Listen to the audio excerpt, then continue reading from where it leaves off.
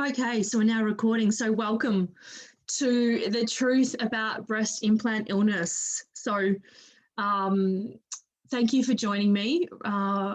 Depending on where you're tuning in from, if you want to go ahead and ask me questions while I'm presenting, please use the Zoom link to join me over in Zoom, because that's where I have visibility on the questions. So please join me on Zoom if you have any questions, and then I'll see them as I'm presenting, and along the way I'll pause and address the questions being asked. This presentation is being recorded, and if you want a copy of it, I'm happy to share that with you after the presentation is ended. If you've got loved ones that either have breast implants or are thinking about getting them, this would be a really valuable presentation for them to watch. So I will give you a heads up that the information that I'm sharing is not for everyone. It's a little hard to digest, a little hard to hear, especially if you have breast implants and you're listening right now.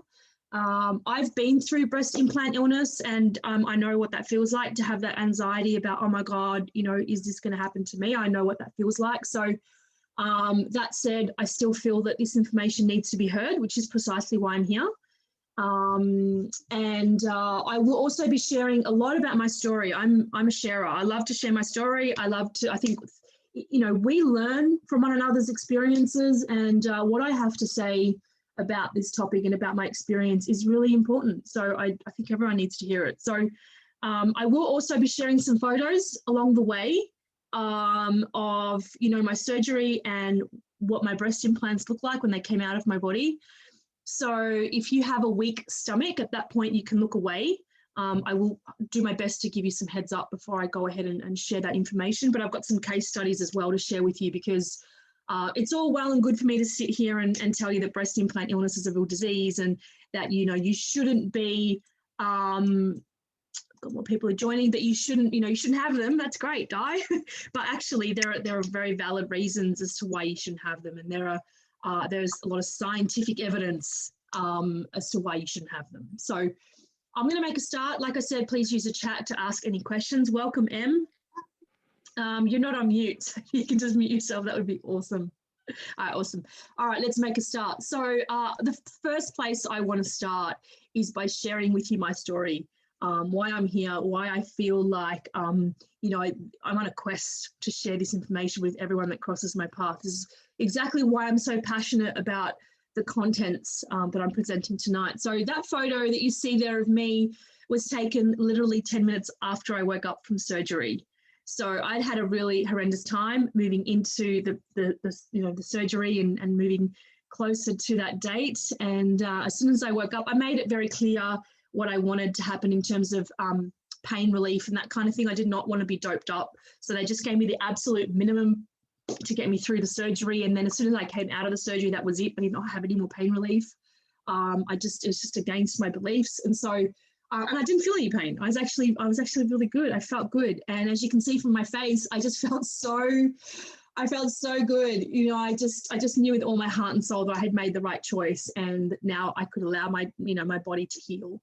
And that feeling was priceless. So I had to capture it, and I believe, my expression, I believe I perfectly captured that moment. So I got my breast implants put into my body in September 2016. They were Mentor breast implants, and they were not the textured ones. They were the smooth finished ones. As you'll hear from tonight's information, that doesn't make any difference in the world, whether they're Mentor or Allergan or textured or silicone or saline or smooth, makes no difference. They are all toxic, and you'll see that. You know, the information I'm sharing to you tonight will help you. Hopefully you believe that by the end of the presentation, because it is true. I had my explant surgery in 2019. So for the first maybe from 2016 to 2018, maybe the first 2 years, I was actually okay. I was feeling things in my chest that I couldn't explain, but I just figured, you know what, Di, you've got all this plastic, you know, fake crap in your chest. Like, you're gonna feel stuff. Like, I just kind of put it down to, you know, just normal stuff that people with breast implants are feeling when they first have them put in. So I just kind of dismissed what I was feeling a lot. And it wasn't until around August 2018 that I went to Bali, And I just wasn't feeling right. And I was having a conversation with someone. I said, I just can't pinpoint what's wrong with me, but it's really disappointing that I feel like this because I've done so many things for my health over the years, and I don't understand why I'm feeling like this. I just can't pinpoint it. I was having all these symptoms, and she leaned in and she said to me, do you have breast implants? And at the time, I was actually embarrassed to say, yes, I do. I was really embarrassed. And I was at a health retreat, right? And I'm like, no, I don't have breast implants. She's like, okay, no worries. I said, why do you ask that? She goes, well, I have breast implants, and you know, these are the symptoms that you're describing is breast implant illness. So that's why I asked. Anyway, I got home, back to Melbourne. I thought about it for a little while. I got incredibly anxious about the whole topic. I did some little Googling, first mistake, jumped on Google, tried to self-diagnose. That didn't end well. It just heightened my anxiety. I then messaged her and I said, hey, just a question. I'm not asking for me, asking for a friend. You know, what if, you know, breast implant illness was a disease? You know, what if, you know, it was true? What would the other symptoms be? She said, oh, can I send you a PDF? If you really want to learn more about this, let me send you a PDF. And I'm like, okay. So she sent me this PDF, which I will share with you tonight if you want it. She sent me this PDF. I read it and I just bawled my eyes out. I just couldn't believe what I was reading. I felt sick. Anyhow, I had already been feeling some symptoms, but of course, between around August 2018 and my surgery date, everything just kind of exacerbated, and I just felt horrible. So these are the symptoms that I was feeling. So the biggest thing for me was my nerve pain. And I'd been to chiros. You know, I go to chiro, you know, once a fortnight. So I've been to chiros. I went to tried an osteopath. I thought maybe there was something going with my neck, because what was happening was I was getting shooting pains down my arms, and I couldn't explain what was going on. And it was just horrible nerve pain. And on top of that, I was getting pins and needles in my hands and in my feet, but also in the middle of the night, I was waking up and my hands were completely dead. And I'd be sitting there trying to wake my hands up at like 4 o'clock in the morning, and it was a regular occurrence. And it was, even though they're numb, they're still heavy, and actually you can still feel pain. Like I almost felt like someone had, you know, put zip ties around my wrists. That's how you know, swollen they were and how much it hurt. And I just was starting to freak out. I'm thinking, this is just not right. What's going on? I thought it was my spine. I was in total denial. I thought it was my spine. Wasn't my spine at all. I know that now.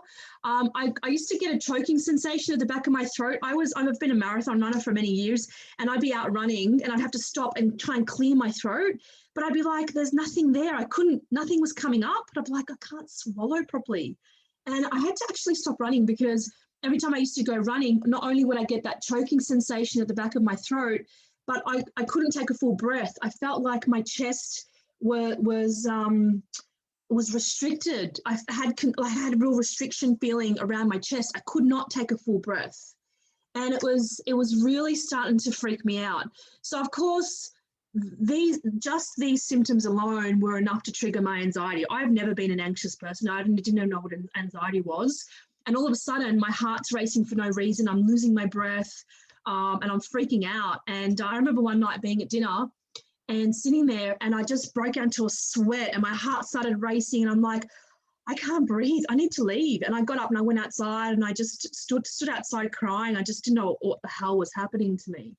And yeah, it was anxiety, probably because of the other symptoms that I was feeling and the things that I was starting to see on the internet. And I was starting to piece together what I'd done to my body. And yeah, it was the fear and anxiety. But I also believe that these things in my chest had destroyed my gut health so much that it was triggering issues with the chemical production in my brain. I do believe that, you know, your gut is connected to your brain, and it does, your microbiome does influence the chemical production in your brain. So if your microbiome is not right and you're completely out of balance and your pH level is acidic, of course you can have anxiety. You know, breast implant illness aside, if your gut microbiome is shit, of course you're going to suffer from anxiety.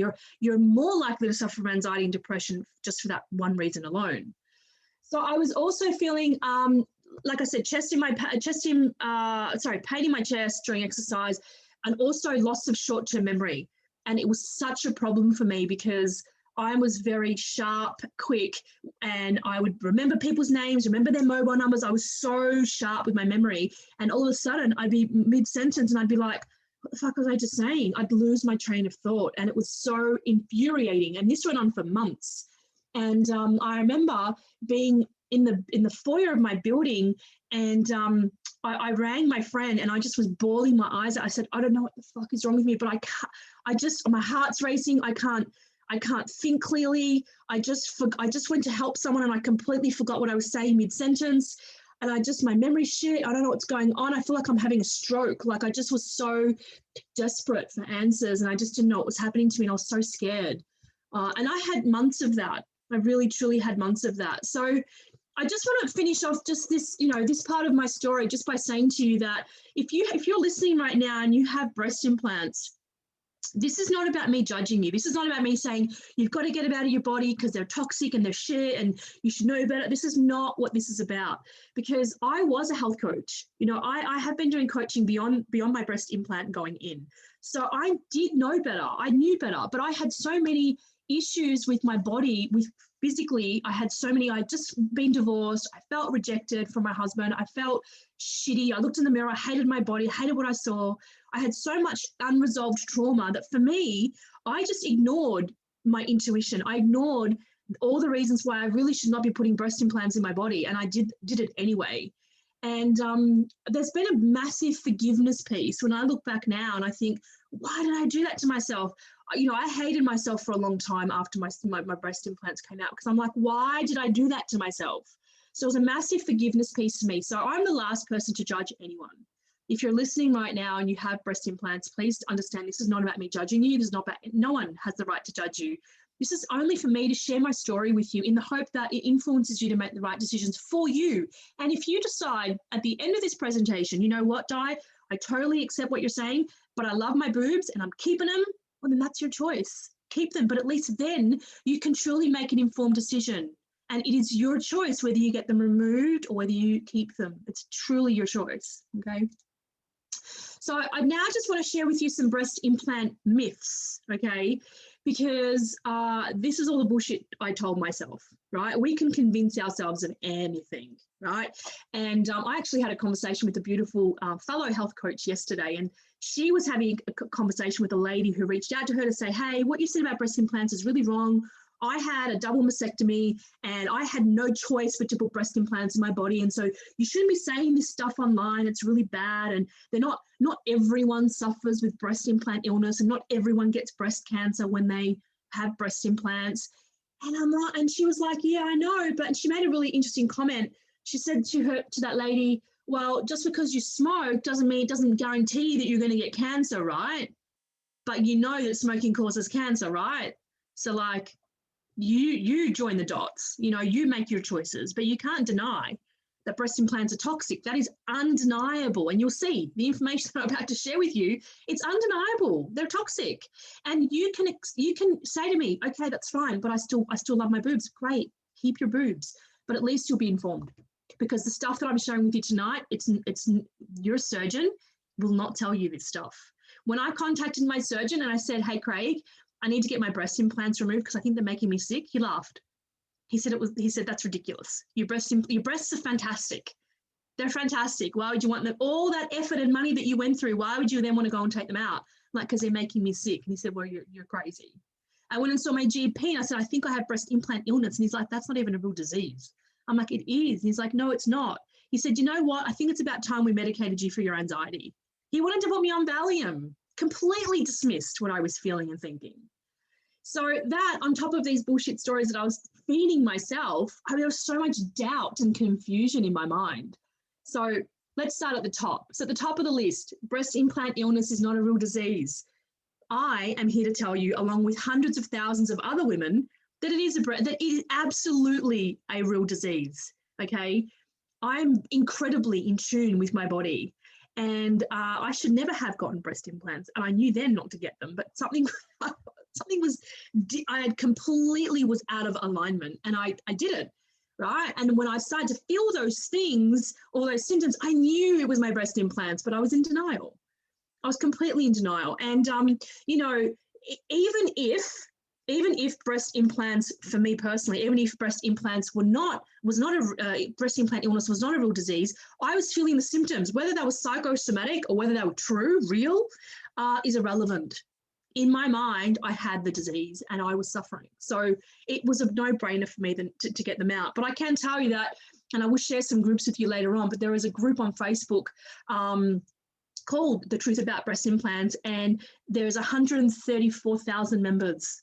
And if you join that group and you see the stories, you'll see that I'm not alone. There are thousands, and there's about 20 groups online, right? There's hundreds of thousands of women that are suffering with this disease. We're not all crazy and under-medicated, okay?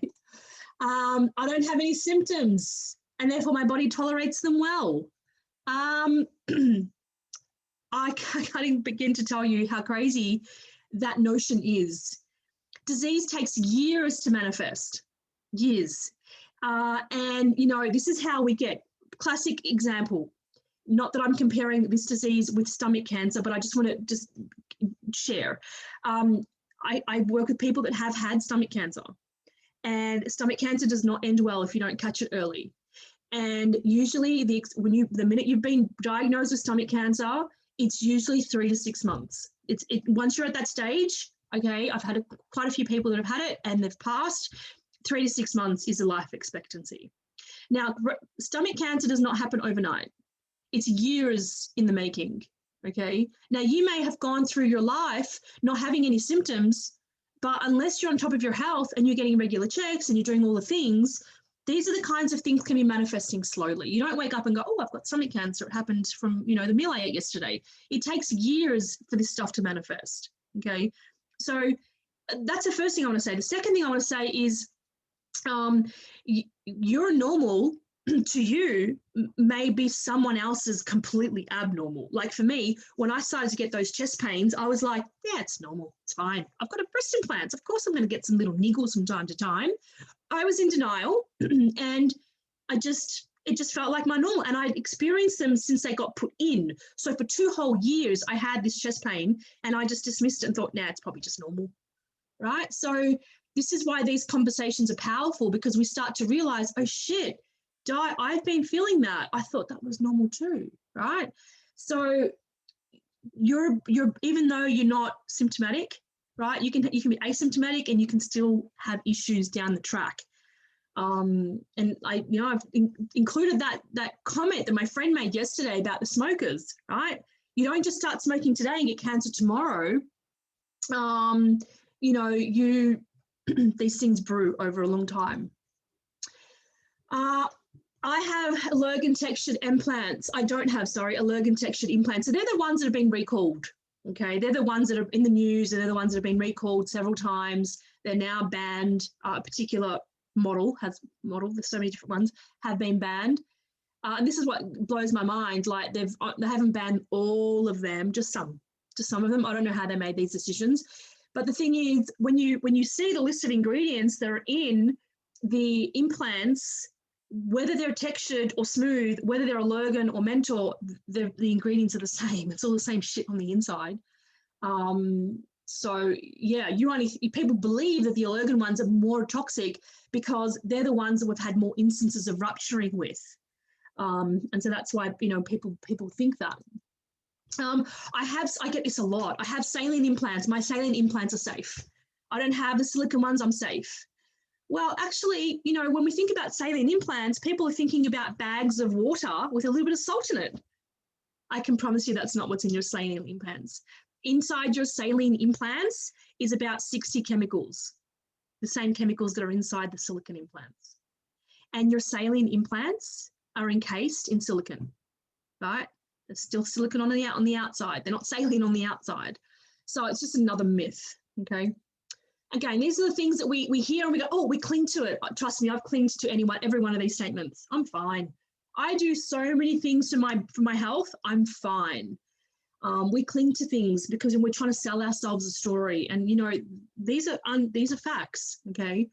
My implants are checked regularly for ruptures. Now, you're meant to have them checked and maintained. Some people have to get them changed every 10 years, and there's a reason for that, because they calcify. There's a high calcification rate with implants, which I'll show you shortly. So that's why they're getting replaced, because they're literally hardening in your body. Like, it's disgusting. I'll show you photos shortly. Then the other thing to consider is the actual manufacturers of these implants are telling you that just because they're still intact does not mean that they can't leak. They're telling you that, right? They can leak silicone, saline, and all the other toxic compounds into your bloodstream. Not only can they leak, but they can also sweat. They're in 36-degree heat.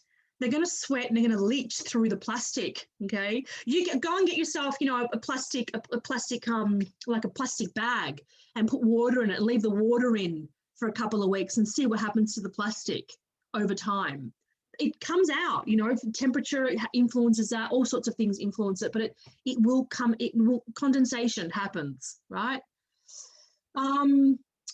This is the biggest myth. This is the biggest bullshit story I told myself. I do so much for my health. I'll be fine. I fast all the time. I do regular colon cleansing. I skin brush. I tongue scrape. I meditate. I juice fast. I do all the things. My boobs, they're just one thing for me. I've given up so much. I'm not giving up my boobs. So, I told myself that for a long time. The other one is there's no history of breast cancer in my family, so I don't have to worry. That's not true. Not all breast cancer can be inherited, can be a genetic weakness, but the breast cancer that is associated directly with breast implants, the BIALCL cancer, is not inherited. Okay, that's something that's acquired through being exposed to the chemicals that are in breast implants. Okay. So just because there's no history of breast cancer in your family does not mean you can't create this cancer in your body by having the breast implants there. And again, I just want to say that, again, it doesn't matter the stories that you're telling yourself. Yes, we like to self-comfort with thoughts that aren't always true, because it stresses us out. I was stressed. I was so anxious. The idea of I could be creating cancer in my body, my God, that used to freak me out. It was really hard for me to hear. I spent countless nights crying and messaging my friend who I met in Bali, saying, because I obviously came clean to her at some point. I messaged her because she messaged me back all these messages saying, "Oh, sweetie," and she knew it was me. "Oh, sweetie, don't stress, this and this." She gave me all this information. And I went back to her and I said, "Hey, Sarah, please don't judge me, but it's me." She's like, "Honey, why would I judge you? I have breast implants." And we had this really beautiful, candid conversation. And then I connected with another beautiful lady called Danny. And she helped me so much too. The amount of tears, man, I can't even tell you the amount of voice clips I sent these two women, bawling my eyes out, just so scared and fearful and confused. And they were there for me 100%. And I would not have made it through without them. So very, very grateful. So surround yourself with strong women that can support you through this process if you're listening and you have breast implants, because it's not an easy thing to face. It really isn't. So here is a list of ingredients in breast implants: saline and silicone. I can't pronounce half this stuff, but they're essentially a lot of solvents, fillers, preservatives, binding agents, gelling agents. You think about it, these breast implants have to look a certain way. They have to sit a certain way in your body. Like, how are they going to do that? You get yourself any plastic container and fill it with water, even like a plastic bag and fill it with water. How's it going to maintain shape for 20 years? How's it going to, it's just not. How's it going to not rupture in your body? Like, they're obviously making it as less likely to rupture as possible. They're trying to make them not leak in your body. They're trying to do all these things. That stuff takes plastics and silicones and chemicals and solvents and gelling agents and binding agents and all sorts of other shit to make this thing. I don't know if you've ever held a breast implant, like before it was put into your body. When you went to your surgeon the first time, I held different ones in my hand. You could jump on one and they don't bust. A lot of them, they're designed to be really robust. That takes chemicals. That takes hardeners and resins. So this is the stuff that you're putting in your body. How could people look at this list alone and just not understand that this stuff is not meant to go inside your body? It's not. and it's just really sad that 18-year-olds are putting this shit in their body. They're still growing and they're putting this shit in their body. I had no desire to retype this list. This is a list that I copied and pasted straight out of the PDF that I'm happy to email to you if you want that. This list was compiled from hundreds of thousands of women who reported to have breast implant illness, right? This is all the stuff that they were experiencing. I had probably 7 or 8 things on this list. Now, suicide is on that list because there have been studies that have linked an increase in suicide among women who have breast implants. That's a fact, right? So you think about why. Well, because we're putting all these chemicals in our body, completely screwing our gut health. The gut health is responsible for producing serotonin. It helps to manufacture serotonin. That microbiome plays a really significant role in serotonin production. What happens when we don't have serotonin? We become depressed. Serotonin's our happy drug. So it creates this huge imbalance in our system. And now all of a sudden, we're sad. But we don't want to say that we're sad, so we'll put up with it for a little while. And then all of a sudden, because it's gone untreated, unmanaged for so long, we are now clinically depressed and we don't know how to climb out of this hole.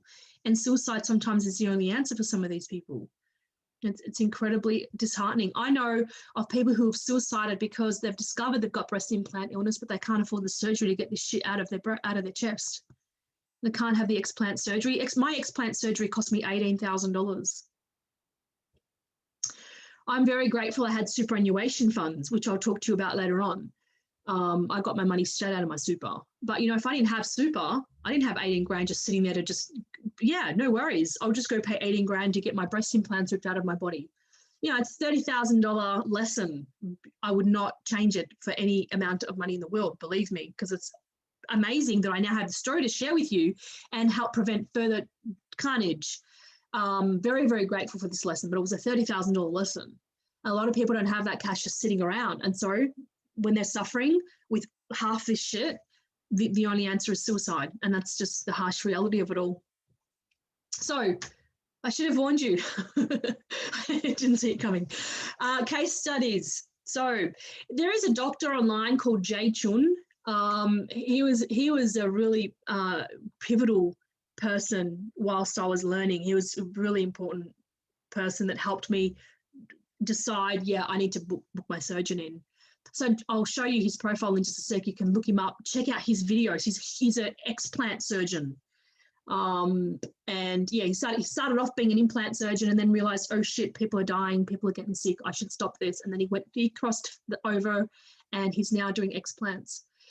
I'll talk to you about what an en bloc total capsulectomy means so that you know what that means. I'll talk about that later, but I just want to explain to you what you're seeing on the screen here. So these are the same breast implants, both photos, same breast implants. You can actually watch the Facebook Live of this video on his page, okay? You might have to do a search because it's from 2018, but it's there. Now, what are we looking at? On the left-hand side, you can see that we've got breast implants that were removed, okay? This is from an explant surgery. And you can see here, the shape is a little contorted, right? So there's a lot of constriction, contraction. There's a lot of contraction happening. I'll talk about that a little bit more later on.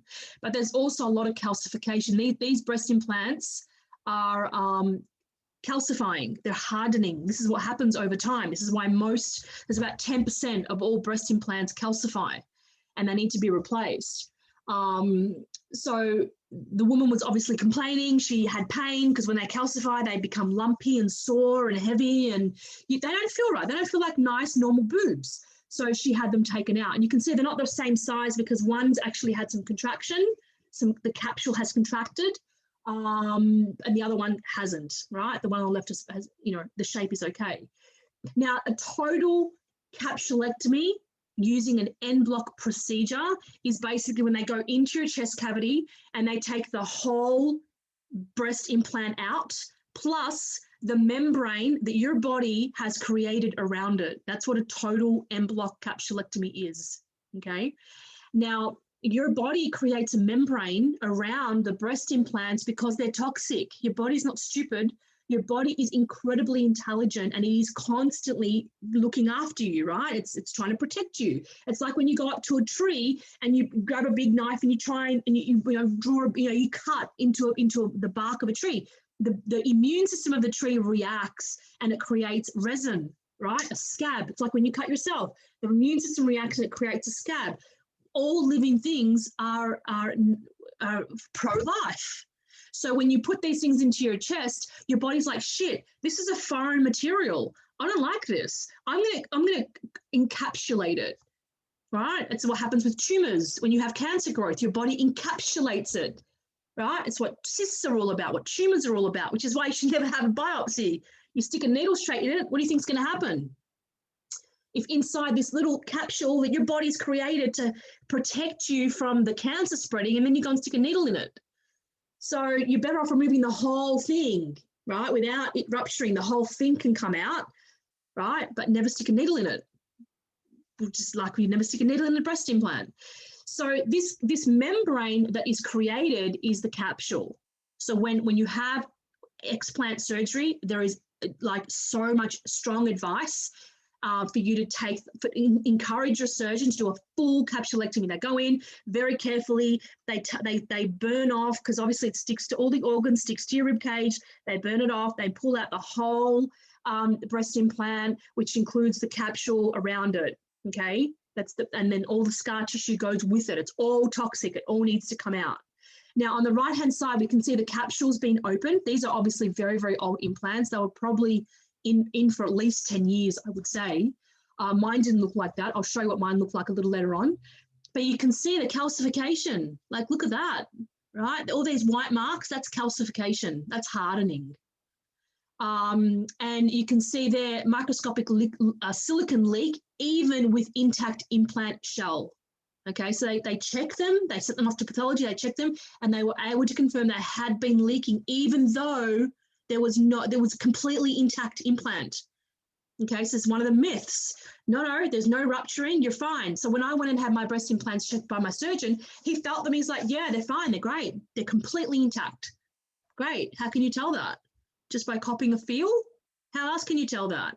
Do you see how it's a bullshit process? Like, if at that time he had sent me for an ultrasound, it would have perhaps been a different story, because mine were leaking. Mine hadn't ruptured, but they definitely were leaking. So you can't tell that just by touching it. Okay. Here are some more. Right, capsular contracture. That's what I was trying to what I mentioned to you earlier on this previous slide with this thing here. It's a capsular contracture. Okay, I couldn't think of the word. So here are some more case studies. So this total capsulectomy. So there's the capsule, the membrane, and the breast implant has come out. You can see all the calcification. Okay, significant fluid buildup around the left implant and contaminated left implant fluid. Okay, so it's one of the really common things. You can get infections with your breast implants. Now, this infection of the fluid that surrounds the breast implant, that's where the cancer grows. I'll show you a picture of that shortly. That's where the cancer grows. You're going to be very, very careful. This is another en bloc total capsulectomy. Saline implants, right? And you can see things floating inside. Now tell me, how do things get on the inside other than the chemicals? How do actual, like, this looks like flesh. How does that get on the inside of the capsule? It seems completely intact to me. How did that happen? Did it start off being in there, or did it make its way through my body? Like, will we know? Probably not. The ones on the right, the third picture here, okay, removal of ruptured. You can see this one on the right has been ruptured. In fact, this one here has been split, okay, but that one there's ruptured, okay. Actually, no, this is the right here. That actually looks deflated, which is why I said that. But yeah, you can see the split there, right? So this is the right, that's the left. That something's going on with that one as well, because you can see, right, there's calcification happening. So these are old capsules. And then on the last image, we can see this is the membrane that forms. These are two breast, they're meant to be the same, right? They're meant to be same, but they're not. It's because one has experienced contraction and hardening. Okay, So 10% of all breast implant patients will suffer from capsular contraction. So that's when, every 10 years, you might have to get them replaced. That's one of the things I get you to sign away. Hey, you might need to come back in 10 years and get them replaced, because we know, and they don't tell you this bit, we know they will harden. They're most likely going to harden. So you'll have to come back and we'll have to do swap-a-roo, right? Put more toxins in you 10 years down the track. So this is Dr. Jay Chun. I encourage you to go ahead and follow his page, like his page, watch his videos. He's got a ton of resources. He's brilliant. He doesn't muck around. He calls it as he sees it. I learned a lot from him. So it's horrifying. If you've got breast implants and you watch his videos, you'll probably cry a lot. But sometimes healing is not pretty. Healing is incredibly ugly, and sometimes you just need to hear it. You just need to hear it. And I did, and it made me incredibly anxious, but I'm glad that I watched the videos, because then I could make an absolute informed decision without a single doubt in my mind that I needed to have those breast implants ripped out of my body. Okay, so this is the cancer caused by breast implants. See the lymphoma cells, okay, within the infusion, okay? You can see this is where the cancer grows. There's the breast implant, there is the fat on the outside, the breast tissue, the fibrous capsules, this is the membrane, and then on the inside, between the membrane and the breast implant, that is where it gets incredibly yucky, sticky, bacterial infections can form in there, and that's where the cancer grows, okay? So inside that membrane. Now, the only solution, if that happens to someone, the only solution is to do a full, total capsulectomy. And hopefully the capsule, the membrane, has protected the rest of the body from the cancer. Okay. I've got some stats coming up soon to share with you how many people have died from this stuff. So the anaplastic large cell lymphoma is a cancer caused only from breast implants. Now, it is seen more commonly with the allergen textured implants, but it has been seen with the smooth ones as well, just not as frequently. It was first reported in 2011, but what's funny, well, not in a ha-ha way, is that breast implants have been around since 1962. So I ask you to think about all of those women that died from breast cancer between 1962 and 2011 and had no idea it was the breast implants. Because let's think about this for a second. Not all women who get breast implants are vain, and like me, I was incredibly vain. I was flat chested. I lost a heap of weight. I just had nipples left. I'm like, I'm not going through life like this. This is terrible. And so yeah, I did it for vanity. But there are a lot of women out there that have total mastectomies. So that, yeah, they're doing it for vanity too, of course, but they kind of, they've got absolutely nothing. They've had cancer, and then, so the worst thing that they can do is go and put breast implants in. You're literally kicking yourself while you're down. And it's the harsh reality of it all, guys. Breast cancer rates are 1 in 8. You can't, this is not the kind of stuff you want to muck around with. So they've been around since 1962. So how many women have we lost? How many sisters, how many mothers, how many daughters have we lost to this bullshit without knowing? That they've only started recording since 2011. Yeah, because someone screamed loud enough, hey, I think there's something going on here, and they did some further testing and they realized, oh, hang on a second, we're starting to notice a trend. We'll record this and see how we go. So since May, so this is, it was actually very hard to find any up-to-date data. Not the kind of thing they report on very often. But the last stat that I was able to find is from May 2018. There were 72 cases reported to the TGA in Australia. Okay, and 3 women have died from this cancer. Okay, 72 people had cancer, 3 died from it. I would say the other women would have had a total capsulectomy. They were able to get it in time. It was all fully removed, and they were then able to heal from that. So according to the American Society of Plastic Surgeons, 885 women so far have been diagnosed with this cancer, and 39 deaths worldwide. They're the deaths that we know of. Okay. There are so many more out there that we don't know about, because plastic surgeons think you're crazy for wanting explant surgery. I was lucky enough to find a really cool surgeon here in Melbourne that when I went to her and said to her, I think I have breast implant illness, I need you to help me. She's like, yeah, cool, no worries. What do you need? I'm like, really? I reached out to my first surgeon. He was like, I'm sorry, I can't hear you. Sorry, what did you say? just didn't want to have a bar of me.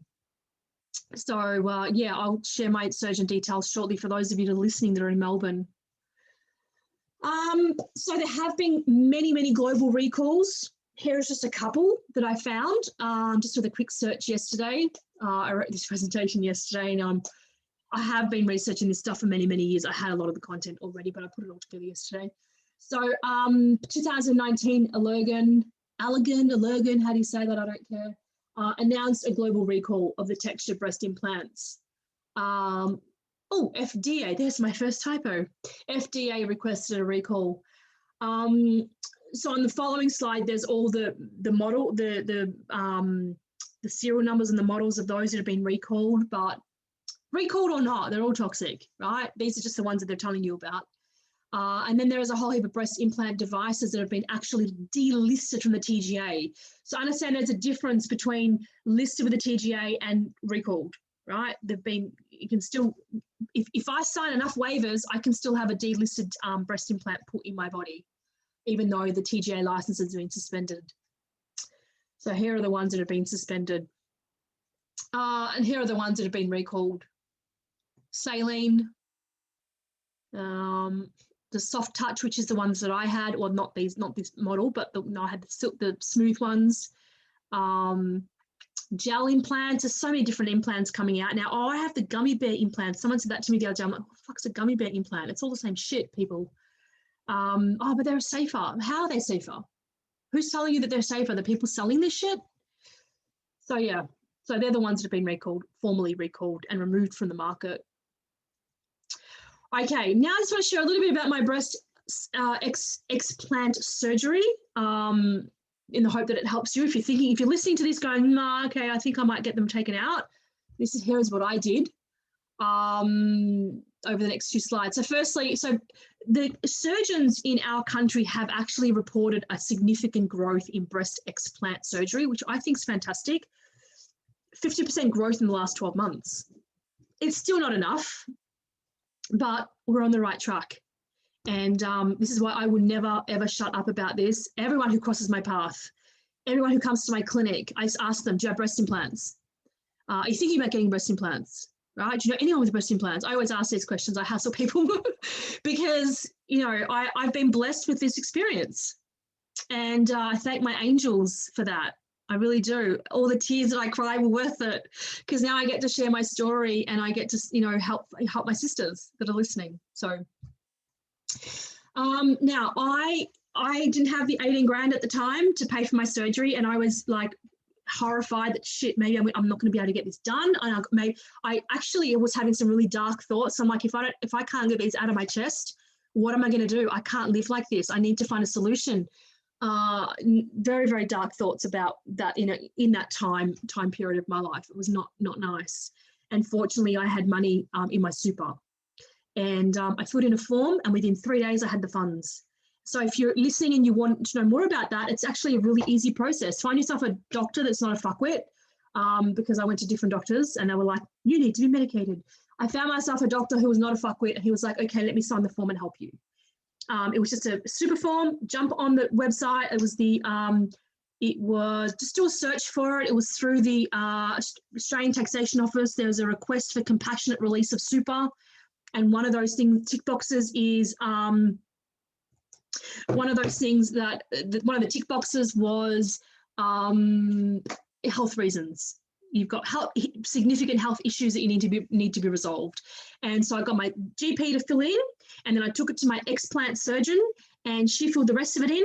I submitted it. Within 3 days, I had 18 grand sitting in my bank account.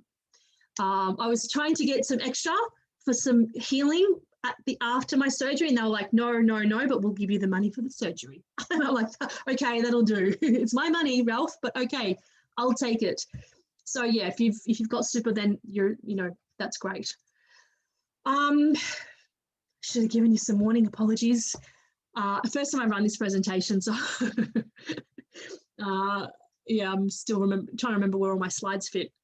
So I requested a full capsulectomy using the M-block technique. Mine had only been in for a short time, so there was not a full membrane that was attached to the silicone. As you can see, it's not a full membrane. But my surgeon promised me that she would remove everything that was safe to remove. She said, if you have anything that's attached to your lung or an organ or something, I'm not going to compromise organ function by suturing scar tissue. I'm not going to do that. And I said, okay, I'm happy just with everything that you can safely remove. And she did. And we had it all sent off for pathology. And it was all tested, and the membrane was tested, and the silicone, the breast implants were tested. There were no leaks there were no ruptures, but they were leaking because the membrane told us that there was fluid on the membrane. So I actually had my surgeon take photos. I said to her, I want photos of everything. And I've actually got them on my phone. Photos of me opened up, or, big clamps in my chest. I wanted to see everything inside my body. I wanted to see what was going on. And she sent me photos, and it was incredibly gory, but incredibly satisfying that this shit was now out of my body. Okay, so I had my surgery performed by a beautiful lady here in Melbourne called Dr. Natalie Nan. She's over in East Melbourne. She does a lot of explant surgeries. She also does a lot of breast implant surgeries. She's a plastic surgeon. Never go to a cosmetic surgeon for these kinds of things. Plastic surgeon. She's brilliant. She's been doing this for a long time. Incredibly non-judgmental. She does both though, and I was, what do I care if she does both? I just wanted her to help me with my explant surgery. She's got my business cards in her clinic, so she has been handing them out, which is great, because there have been some people that have not been sure about if this is the path that they want. She's also had people in her clinic that have booked in their explant surgery and need support. And so it's really great that she's recognising the work that I'm doing. I have no affiliate with her. I don't get any, I would always disclose that up front anyway, but I don't get any kickbacks from referring people her way at all. She's just a surgeon that worked on me that I absolutely love. She did an amazing job. My boobs have never looked so fantastic. I was expecting to look like I was butchered. I fully went into the surgery expecting to come out looking butchered. I'd seen some crazy photos online, and I was like, if that's how my body has to look, I fully accept that. I just don't want breast cancer. Fully accept it. My boobs have never looked so good. They actually look better today than they did before I had the breast implants put in. They were absolutely amazing. She did a fantastic job, and I could not be more grateful to her. Surgery, so my explant surgery happened in May 2019. I did have drains in my chest for 7 days afterwards. I hated the drains so much, walking around with bags of bodily fluid, blood and pus and all that shit coming out of me, but it was a necessary evil. I didn't have any drains with my implant surgery, so it kind of shocked me that I was carrying these bags around for 7 days. I hated the drains so much, but they really did promote that healing because, of course, your body oozes crap after you rip these shit things out of your chest. So, it was necessary. So just expect that, okay, that it's 7 to 10 days is pretty standard. I've actually worked with a lot of people who've had breast implants. They came to do coaching with me. I asked them the question. They had not made the connection between what they were feeling and their breast implants. Fast forward a couple of months, they rang me, hey, Di, you're right. I've decided to get explant surgery. So I've had maybe 10 of my coaching clients have explant surgery after conversations with me, which is, I feel so blessed to say that. And they all went to Dr. Natalie Nan, and they all love her. So I just wanted to also add that in. I was back at the gym within 6 weeks, not doing any heavy lifting, but I was certainly back on the treadmill, back running after 6 weeks. That very first photo that I showed you at the beginning where I was lying in bed, that was the very first deep breath that I was able to take. And that's how I knew that, I'm on the right path, because I had not been able to take a full breath up until that point. And I came out of the surgery and I opened my eyes, and the first thing I did was I took a really full breath, and I'm like, oh my God, my chest doesn't hurt. I can breathe again. I can breathe again. I was so happy about that. And then, running back at the gym within 6 weeks, marathon running 10 or 12 weeks after that. And I just felt back to my old self. I really did. I felt amazing. So pre-surgery, I did a lot of prep work to get my body ready for the surgery, but I didn't go too hardcore because, my body needed nourishment. I didn't do a lot of fasting, juice fasting or water fasting. For those of you listening that, understand what I mean about fasting. I'm sharing this in my group. There are a lot of fasters in there. I did do a lot of raw fasting, but I didn't do water or juice. I just wanted to pump my body full of nutrients, and eat, really strengthen my body, fortify my body with food. I needed food. So 60 days of raw fasting before. I did heaps of colonics before. I did some colon cleansing protocols before as well. I did a lot of colon cleansing, a lot of herbs, a lot of meditation, a lot of EFT. I'm an EFT practitioner. I worked on myself, but I also worked with my own practitioner who taught me to prepare myself emotionally, because I didn't know how I was going to be when I came out of surgery. I had no idea what to expect. But it turns out, I had a lot of forgiveness that I needed to offer myself post-surgery. Once I started to heal and I started to see the photos, and it really started to hit me what I'd done to my body, there was some self-hatred there for sure. But I had to let go of that. So I did forgive myself wholeheartedly. And I look at myself in the mirror now, I look at my body, and I'm so grateful. I'm so grateful for what I know and what I've experienced, because my body has just recovered so beautifully. Our bodies are so precious, and we don't often give it enough credit. Post-surgery, I ramped things up a lot more. I did a series of 10 colonics. As soon as I was able to drive again, straight to the colon hydrotherapist I went. Why did I do that? Because my lymph was struggling to eliminate toxins, and I needed to support elimination in every way possible. So skin brushing, tongue scraping, saunas, ice therapy, endomology, lymphatic massages, colonics, regular enemas, herbs, tinctures, fasting. I threw everything at it. And I did that for maybe 3 months after my surgery. I kind of settled for a little while coming out. I let my body just kind of, heal slowly and regain strength. So I'd gone through a very, very traumatic experience. So I needed to just give myself a break, and emotionally a break as well. I was not ready to jump into a water fast after I came out of my surgery. I can tell you there was still a lot of tears that had to come out first. But then, I did several 30-day juice fasts, a lot of lymph drainage. So it probably, until I felt like I was literally bouncing off walls again, back to my old self, was probably a good 6 months. But I did a lot of work in between that time, and I feel amazing today. I also use, so if you I'm not going to show you on camera, but you can trust me. I actually have photos somewhere on Facebook, I'm sure. My scars are completely invisible. I use a lot of essential oils to heal my scars. If you looked at my boobs, you would never know. You would never know the trauma that these poor things have sustained, because there's very, very little scarring. All right, where to turn for support? So find yourself a good GP, whether it's integrative or mainstream, irrelevant. Just find yourself someone who will listen to you and not make you feel like you're going crazy. Okay, the first couple of GPs that I saw, I just kind of begin to tell you that, the shit that they would say to me. It's horrifying that these people are allowed to practice. They should be delicensed. Find yourself a good naturopath that you resonate with, that will support you through this, or a health coach. This is what I pour my heart and soul into this work. I am a health coach, and I know what it feels like to have breast implant illness, and I know what it feels like to be told that you're crazy and to feel like you're going crazy. I know what that feels like. I know what it feels like to prepare for surgery and to heal yourself after surgery, both physically and emotionally. So if you need support, please reach out. But I'm not a doctor, so you will still need to find yourself a GP, right? I can only take you so far, but you need a good GP to be able to do blood tests and all that sort of jazz, ultrasounds, all that sort of stuff. Sign your super form, okay? If you want a copy of The Truth About Breast Implants, just shoot me through a message on Facebook, okay? And I'm happy to email it to you. It's written by two ladies that suffered significantly from breast implants. They're on a mission. They're absolutely powerhouse women, warrior women. It's a great PDF. It really is. I read it, and there are a lot of tears reading through this stuff, but I had to read it. So I'm glad that I did. There's a Facebook page called Toxic Tits.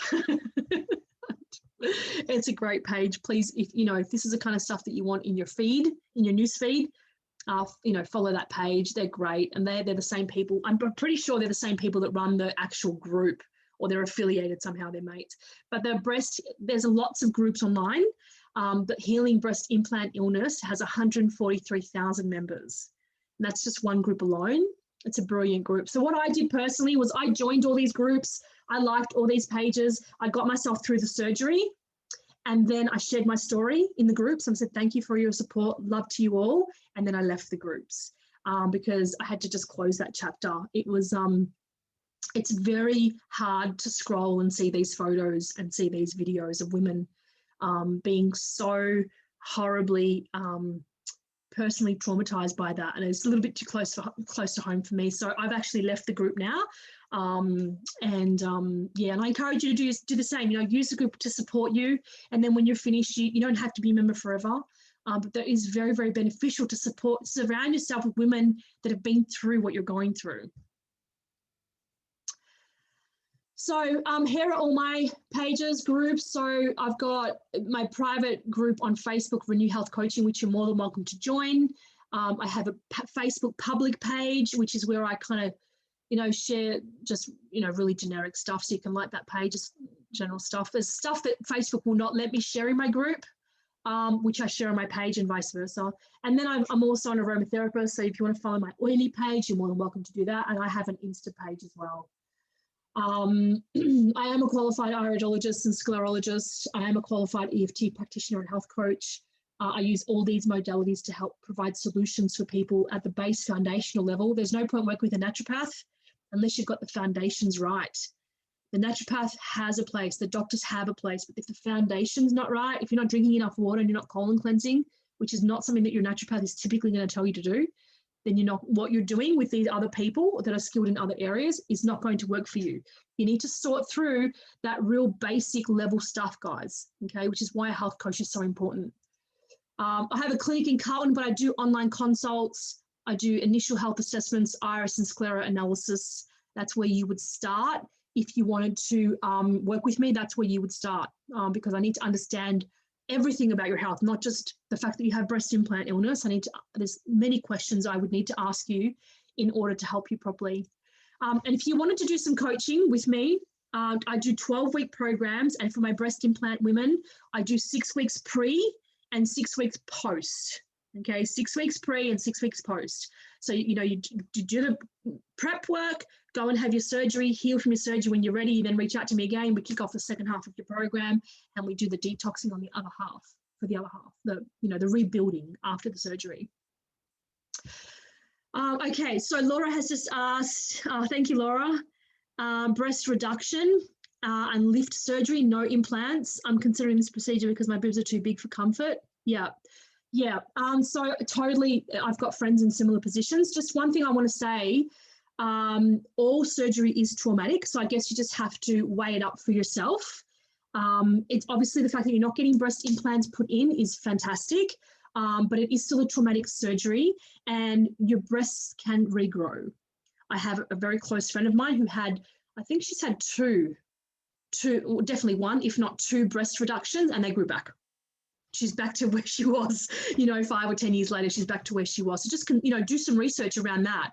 I can't speak from experience, but, I've got mosquito bites, but please do your research around that, okay? And definitely the same prep and the same detox, definitely. I cannot stress that enough. But really, really look after your body and listen to your body too, because we're all different, right? For me, I was like, I'm healing myself because I've got to tell my story. And I was really determined to do it my way and to prove, to prove to myself that, hey, you know what? You are worthy of love. You are worthy of self-respect and all these things. And I kind of went, I went OTT, right? Because I had hated my body for so long. I felt like I had to make it up to myself by really, really loving myself hard. So I went a little hardcore. Everyone's different though, right? But I can't express how important it is for you to if you decide to have this surgery, it's still a traumatic experience for your body. Really love yourself through it. You might have some emotional stuff that comes up for you. So really nurture yourself and be your own best friend during that time because, your boobs are a part of you. And if they're causing you physical agony, there's probably a whole lot of emotional stuff. You're probably really fed up with how you're feeling. And, it's breast implants or reduction, they're your boobs. They're part of who you are. They're part of your body. So totally get that it would be just as equally traumatic for you to go through this process. So love yourself hard through it, okay? So I just want to leave you with this quote. I came across it while I was reading the PDF the other night. The reason why I present this content is not to create anxiety, is not to make people wrong, is not to make people stressed or fearful. I share this information because I feel like it's my obligation to do that. I've had an experience which I believe everyone needs to hear about. And so I could shut my mouth and just mind my own business and just keep going and not get involved. Or I could really stand up and go, you know what? There is evil happening out there. These breast implants should be banned. They should be banned. They're toxic and they're killing our sisters. They're making our sisters incredibly sick, but they're not banned. Why? Because they're a multi-billion dollar industry. And so this is why I speak up. And if you know something that's going to help your sisters, share it. If you share from your heart, you can never go wrong. So if you want a copy of this recording, I'm happy to give it to you. You can share it with whoever you want. I'm going to be posting it on my page, and I'm also my Renew Health Coaching page. I'm also going to be posting it in my group, so you can tag people, or if you want an actual link, you want to email it to a friend, I can do that as well. Just reach out to me on Facebook. Okay. So thank you so much for tuning in. So much love to you. Good luck with your surgery, Laura, whenever that may be. I hope all goes well, whichever pathway you choose. I hope it all goes well. Thank you for tuning in, and look after yourselves and look after your sisters. Lots of love, guys. Take care. Bye.